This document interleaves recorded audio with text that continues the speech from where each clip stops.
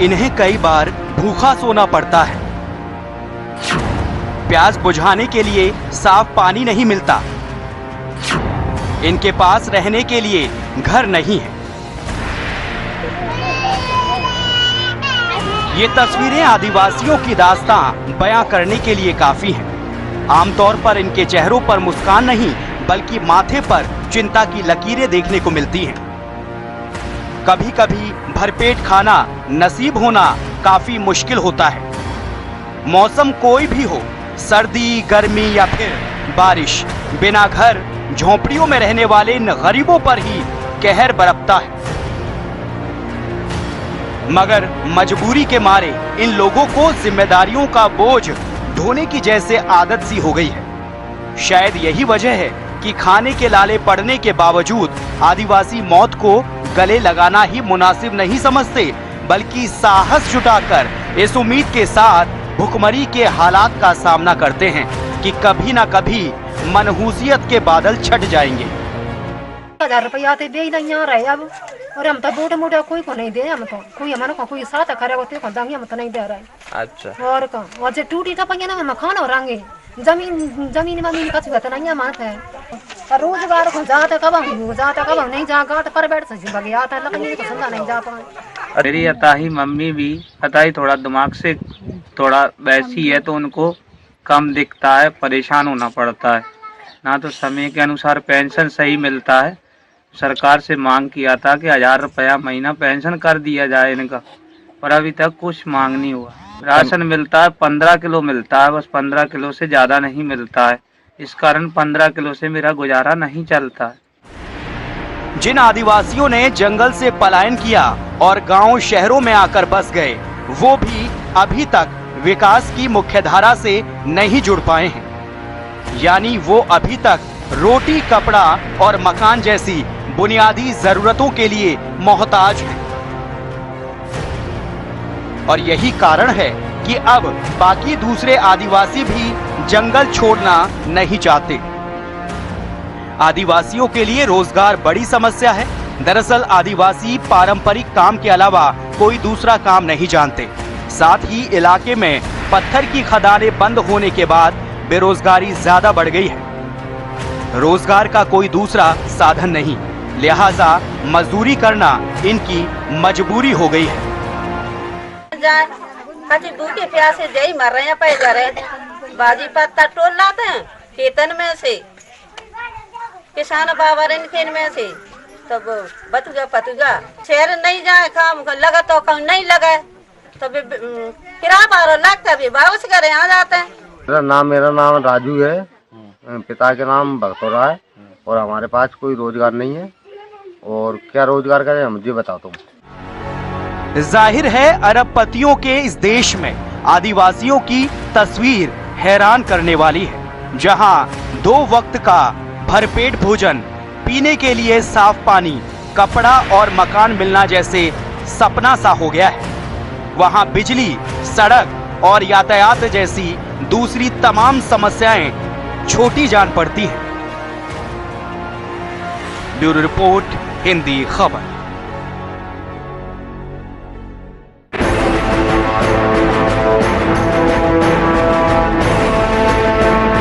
भले ही सरकारें आदिवासियों के लिए करोड़ों रुपए की सरकारी योजनाएं लागू करती हों, लेकिन जमीनी हकीकत से कौन वाकिफ नहीं है।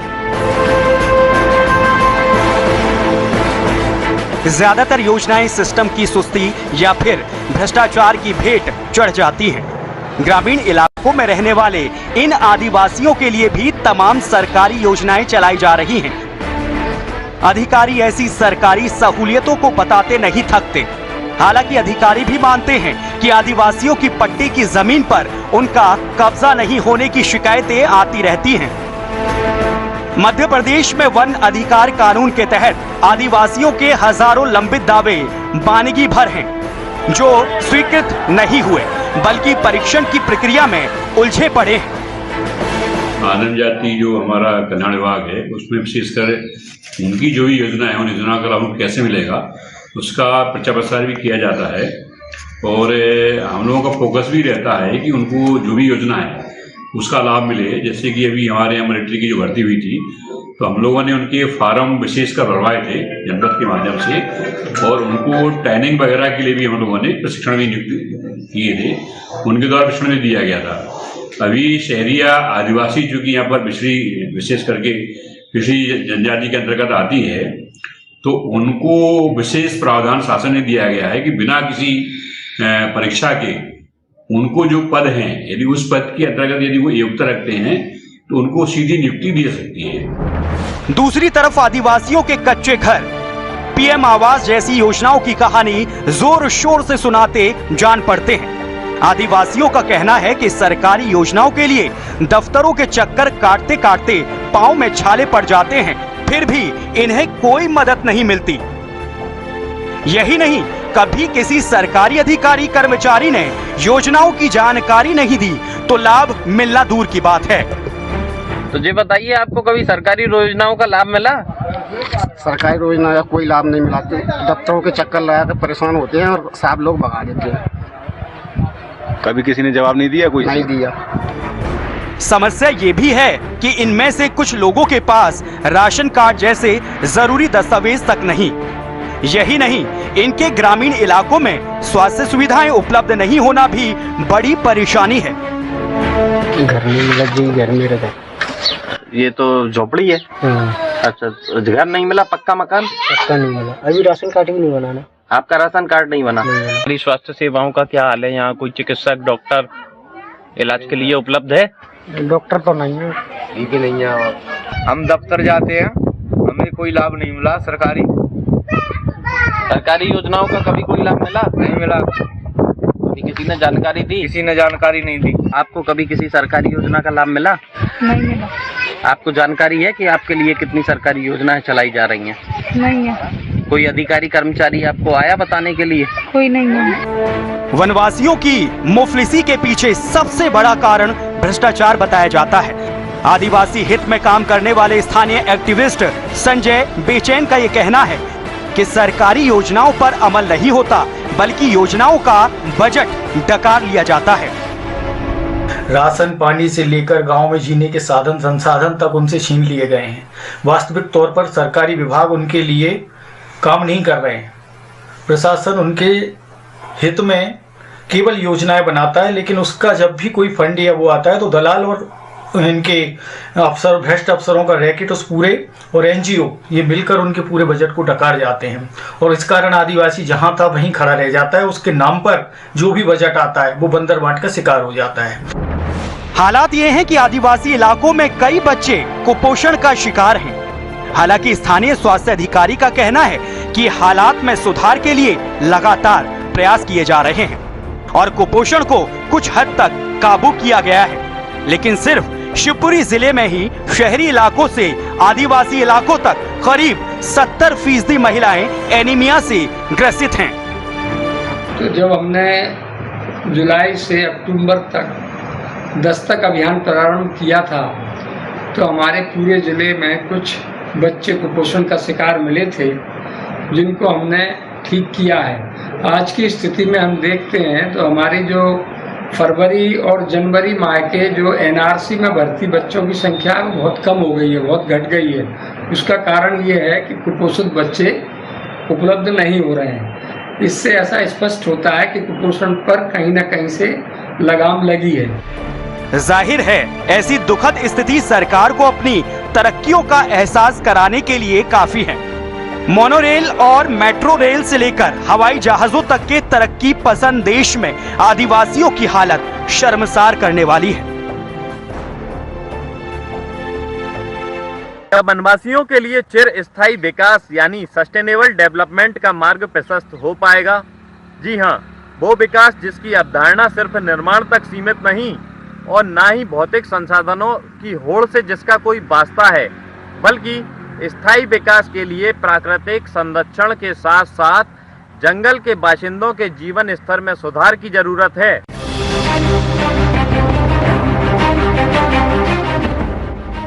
वनवासियों को वर्तमान संकट के दौर से गुजर रहा है और उन्हें प्रकृति की गोद में सुकून भरी जिंदगी जीना मुश्किल हो रहा है। प्राकृतिक संसाधनों के दोहन ने जंगलों को काफी नुकसान पहुंचाया है।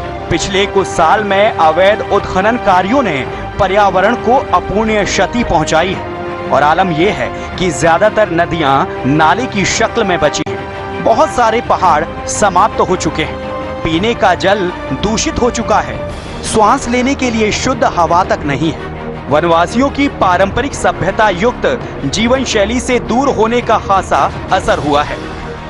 पहाड़, जंगल, इन सभी मुद्दों को लेकर पिछले 20 साल में बहुत बड़ा परिवर्तन आया है। जब से आर्थिक उदारवाद हमारे देश में लागू हुआ है तो बहुराष्ट्रीय कंपनियों के इच्छानुसार सरकारें चल रही हैं, वो चाहे केंद्र सरकार हो और चाहे राज्य सरकार हो।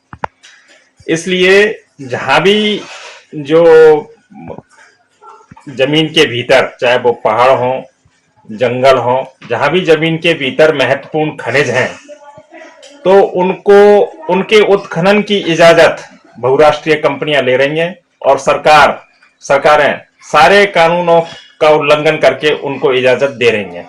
इस कारण से पहाड़, जंगल और जो आदिवासी हैं जो इन जंगलों में रहते हैं वो सबसे ज्यादा प्रभावित हुए हैं और उनका जीवन नरक बना है।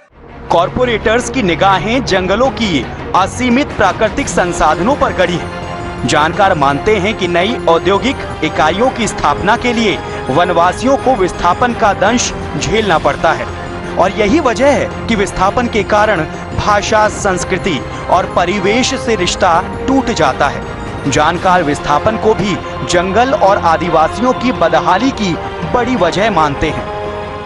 ये लोग नारकीय जीवन इसलिए जी रहे हैं क्योंकि जब ये जंगलों में रहते थे तो वहां इनके पास आजीविका के संसाधन थे, वहां से इनको खदेड़ दिया गया तो इनके आजीवन के संसाधन पूरी तरह नष्ट हो गए।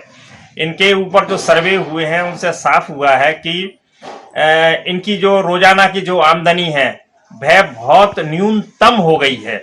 इसलिए जितने भी आदिवासी हैं, चाहे वो राष्ट्रीय अभ्यारण्यों को सुरक्षित करने के लिए विस्थापित किए गए हों, चाहे सड़कें बनाने के लिए विस्थापित किए गए हों और चाहे खदानों के लिए विस्थापित किए गए हों, पर्यावरण की हानि तो हुई है।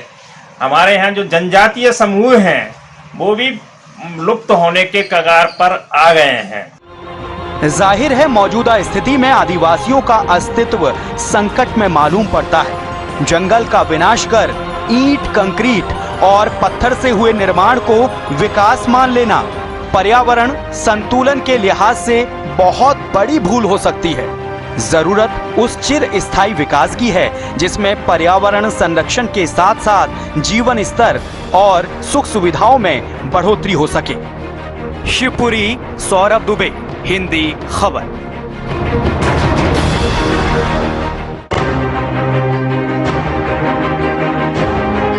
जल, जंगल और जमीन, जिसका नारा है आदिवासी वही बेचारा है, बरसों से जंगलों में कुदरत का अनमोल खजाना रहा है और प्रकृति के इस खजाने की रक्षा के लिए सबसे ज्यादा संघर्ष आदिवासियों ने किया है। फिर चाहे बात मुगल आक्रमणकारियों से जंगल को बचाने की हो या फिर अंग्रेजी हुकूमत से वन संपदा की रक्षा करने की, बावजूद इसके आजादी के बाद आदिवासी बदहाल हैं और वो जल, जंगल, जमीन को बचाने का संघर्ष कर रहे हैं। चुनावी मौसम में बड़े बड़े दिग्गज नेता आदिवासियों के सामने कुछ इस कदर नाचने गाने पेश हो जाते हैं और बड़े बड़े दावे किए जाते हैं, लेकिन बाद में नतीजा ढाक के तीन पात।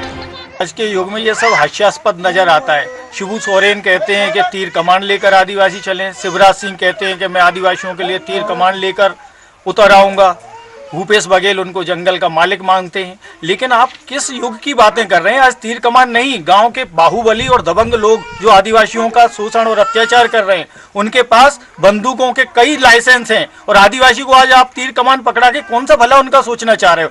दुर्भाग्यपूर्ण है कि मध्य प्रदेश आदिवासी महिलाओं से बलात्कार के मामले में सबसे आगे रहा है। एनसीआरबी की रिपोर्ट की माने तो आदिवासी महिलाओं के रेप केस में 83% आरोपी छूट जाते रहे हैं। ऐसे में उन आदिवासियों की स्थिति का अंदाजा लगाना मुश्किल नहीं जिन्हें 2 वक्त की रोटी जुटाने की कशमकश में शिक्षा भी नसीब नहीं हुई। आदिवासियों पर अत्याचार के मामले भी आए दिन सामने आते रहते हैं। कभी उनकी जमीन धोखाधड़ी कर हड़प कर ली जाती है तो कभी जमीन पर दबंगों के कब्जे हो जाया करते हैं। उन्हें कहीं कहीं पट्टे दिए गए हैं लेकिन कब्जा नहीं मिला, ये कहना है आदिवासियों के लिए काम करने वाले एक्टिविस्ट संजय बेचैन का। घिनौना मजाक आदिवासियों के साथ चल रहा है। शहरी जनजाति के अधिकांश लोगों के पास जमीन है। 2.5 बीघा पट्टे शासन ने 2002 में इनको भूमि अधिकार पत्र प्रदान किए थे, लेकिन उनमें से 20% लोग भी अपनी जमीनों पर काबिज नहीं हो पाए हैं। केवल कागज का टुकड़ा पकड़ा देने से वो जमीन के मालिक नहीं हो गए। उनकी जमीन पर आज भी दबंग और बाहुबलियों के कब्जे हैं। शासन और प्रशासन की नजर में ध्यान में सारी बातें हैं, लेकिन वो उनको जमीनों पर वास्तविक हक प्रदान नहीं करा पा रहे हैं। वैसे पुलिस अधिकारी भी इस बात से इत्तेफाक रखते हैं कि वनवासियों के जमीन संबंधी कब्जे को लेकर विवाद सामने आते रहते हैं। समस्या सिर्फ यही नहीं, कहीं कहीं जंगली इलाकों में आदिवासी माओवादियों और सुरक्षा बलों के बीच भी पिस रहे हैं और आदिवासियों का जनजीवन प्रभावित हो रहा है। नक्सल प्रभावित इलाकों में पदस्थ रहे पुलिस अधिकारी का भी यही अनुभव रहा है। कुछ ऐसे मध्य प्रदेश में ऐसे एरिए हैं जहां नक्सली समस्या थोड़ी बहुत है। उन क्षेत्रों में मध्य प्रदेश पुलिस के द्वारा फोर्स प्रोवाइड किए गए हैं, जिसमें हब फोर्स बड़ा महत्वपूर्ण भूमिका निभा रहा है, खासकर बालाघाट में और सिंगरौली वाले ज़िले में। ये फोर्स में जो है खासकर जंगलों के अंदर ग्रुप में रहना पड़ता है फोर्स को, और उसके बीच में जो एक्टिविटी है सुरक्षा देने की वो निभानी पड़ती है। तो इसमें कहीं ना कहीं आदिवासी जो जनजीवन प्रभावित है, क्योंकि हमेशा शक की दृष्टि से उनको देखा जाता है और उन्हीं के बीच के कोई ना कोई ऐसे व्यक्ति रहते हैं जो एक शक का आधार बनते हैं और उनकी सुरक्षा के लिए हम उनको हमेशा चेक करते रहते हैं। कहीं ना कहीं ये फोर्स और नक्सलियों के बीच में जो आदिवासी वहाँ रहने वाले हैं वो पिसते हैं और थोड़ी परेशानी को उनको सामना करना पड़ता है। देश भर में आदिवासियों के समुदाय अलग अलग हैं और इनके आपस में संपर्क भी कमी है, जिस कारण ये अपने अधिकारियों की मांग कभी संगठित होकर नहीं कर सके। आदिवासियों की मुश्किलों के बारे में किसी को मालूम नहीं है, मालूम है बल्कि सरकारों को हमसे ज्यादा अच्छे से पता है, लेकिन उसके बाद भी लाचार आदिवासियों की बदहाल तस्वीर सामने है। हैरान करने वाली बात यह है कि जहां मुफलिसी से आजिज आदिवासी का पेट खाली है, वहीं आदिवासियों के धर्म को लेकर सियासत का दौर जारी है। आए दिन आदिवासियों के धर्मांतरण का मुद्दा सुर्खियों में बना रहता है और उन्हें लेकर सियासी दलों के बीच खींचतान चलती रहती है।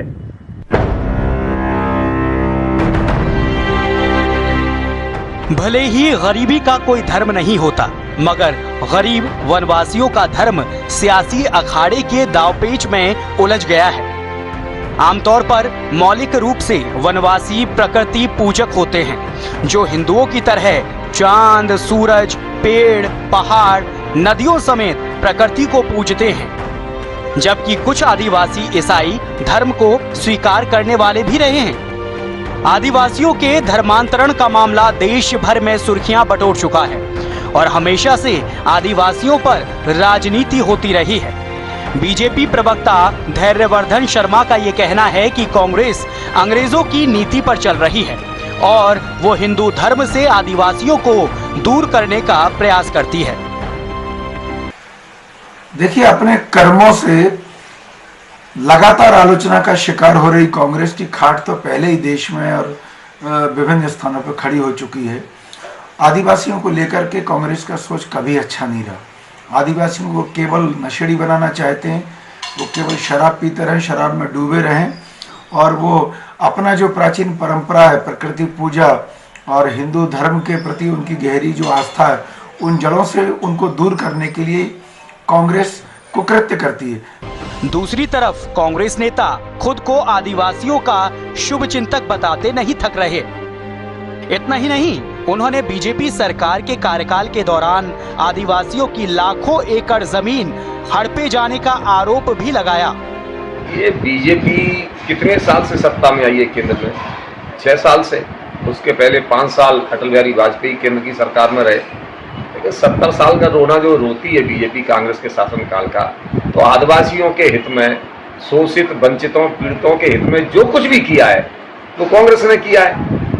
चाहे उनको वोटिंग राइट देने की बात हो, रिजर्वेशन की बात हो, उनके लिए अलग से आदिवासी फंड देने की बात हो, नौकरियों में रिजर्वेशन देने की बात हो, जो सारे जमीनों के पट्टे भी सूत्री कमेटी के माध्यम से दिए तो आदिवासी हरिजनों को कांग्रेस ने दिए हैं। हालांकि जनजातियों पर राजनीति कोई नई बात नहीं है। इससे पहले भी तात्कालिक शिवराज सरकार की बांटी गई चप्पलों को कैंसर का कारण बताकर खूब आरोप प्रत्यारोप का दौर चला था। मगर अभी तक वनवासियों को इन सियासी भाषणों से पेट भर राशन नहीं मिल सका।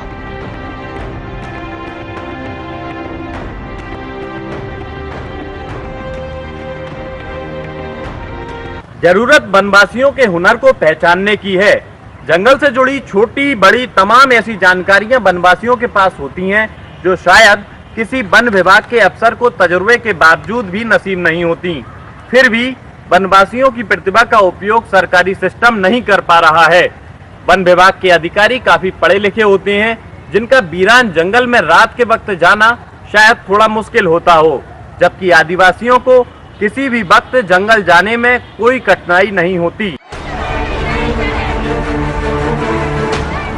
आदिवासी कई समुदायों में बटे हैं। भले ही भौगोलिक स्थिति के हिसाब से इनकी भाषा, संस्कृति अलग अलग होती हो, मगर जंगल से रिश्ता एक ही तरह का होता है, यानी जंगल इनका घर जैसा होता है।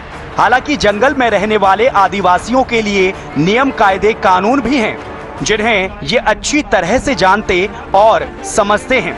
जो लोग सदियों से जंगल में रहकर लघु वनोपज के जरिए गुजर बसर करते आए हैं, उन्हें इसका कानूनी अधिकार भी है। पेचीदगी ये है कि इसके लिए वनवासियों को जंगल में रहने की पात्रता का अधिकार पत्र प्राप्त करना होता है, जिसकी प्रक्रिया काफी लंबी और जटिल जान पड़ती है।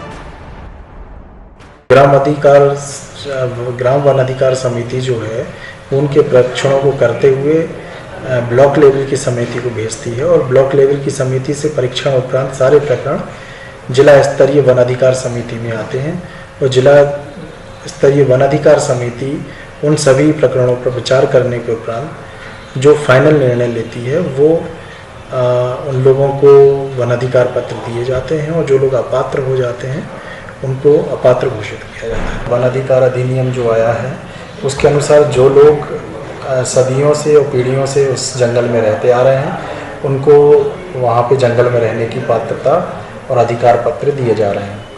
जहाँ तक जड़ी बूटियों को संग्रहित करना और उस पे ऊपर निर्भरता का बात है, जितने भी वनोत्पाद हैं, चाहे वो जड़ी बूटियाँ हों, शहद हो, गोंद हो, ये सारे के सारे उत्पादों पर आदिवासियों के लिए पूर्ण अधिकार हैं, और वो उसको संग्रहित कर सकते हैं, अपने जीवन यापन के लिए बेच सकते हैं।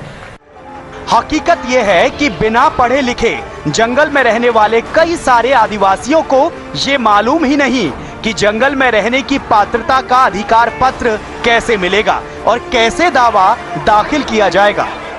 आपको मालूम है कि वन अधिकार कानून के तहत आदिवासी क्यों, कैसे और कहां अपना दावा दाखिल करना है? सर हम लोगों को बता रहे हैं। इसके अलावा जानकारों का कहना है कि वनवासियों को दिए जाने वाले पट्टों में जमीन का रकबा बेहद कम दिया जाता है। इतना ही नहीं, बताया जाता है कि तिकड़मबाज जमीन के सौदागरों ने आदिवासियों की जमीन की खरीद फरोख्त करने के रास्ते भी निकाल रखे हैं। 20 बीघा जमीन जोत रहा है तो अधिनियम में है 20 बीघा तक पट्टा देने का अधिकार, लेकिन इन्होंने पट्टे की भरपाई की है। 2008 से लेके अभी तक कहीं 2 बीघा का पट्टा देते हैं, कहीं 1 बिस्वा का देते हैं, कहीं 2 बिस्वा का देते हैं। पट्टे की गिनती तो बढ़ जाती है लेकिन जमीन का रकबा नहीं बढ़ता। तो ये सब चीज़ों के लिए एक बार पूरे देश में ईमानदार से कमेटी बनाई जाए। आदिवासी को भूमिहीन करने का अधिकार कहीं नहीं है, लेकिन आदिवासी की जमीन आदिवासी के नाम से जब हो जाती है तो एक आदिवासी के नाम एक की हो गई, फिर दूसरे की हो गई, फिर ऐसे एक आदिवासी के नाम 50 बीघा जमीन हो गई तो उसकी 10 बीघा जमीन शेष रख के और उसकी 40 बीघा की परमिशन लेके वो बड़े आदमी को रजिस्ट्री करा देते हैं। तो आदिवासियों की ज़मीनों में कई प्रकार के मोड़ हैं। मैं तो कहता हूँ कि आदिवासी की ज़मीन अगर बिचे नहीं तो आदिवासी को 5 बीघा जमीन तो होना चाहिए। शहर में सरकार पहले ही कई गरीबों को रहने का ठिकाना नहीं दे पाई, सड़क पर रह नहीं सकते। गांव में अभी भी अधिकतर आदिवासियों के पास खेत खलियान नहीं है। अब अगर इन्हें जंगल से भी बेदखल होना पड़ा तो इनके जीवन के मौलिक अधिकार की रक्षा कैसे होगी? जंगल आदिवासियों की अस्मिता का प्रतीक है। अवैध उत्खननकर्ताओं के रास्ते में वनवासी ही सबसे बड़ा रोड़ा है। वक्त की जरूरत है वनवासियों को निर्बल नहीं बल्कि सबल बनाया जाए। हालांकि कुछ दिनों पहले अच्छी खबर ये आई है कि सरकार जनजातीय समुदायों के तैयार किए उत्पादों को बाजार में बिक्री और विपणन को बढ़ावा देने पर विचार कर रही है। कैमरा पर्सन यशपाल खन्ना के साथ सौरभ दुबे, हिंदी खबर, शिवपुरी।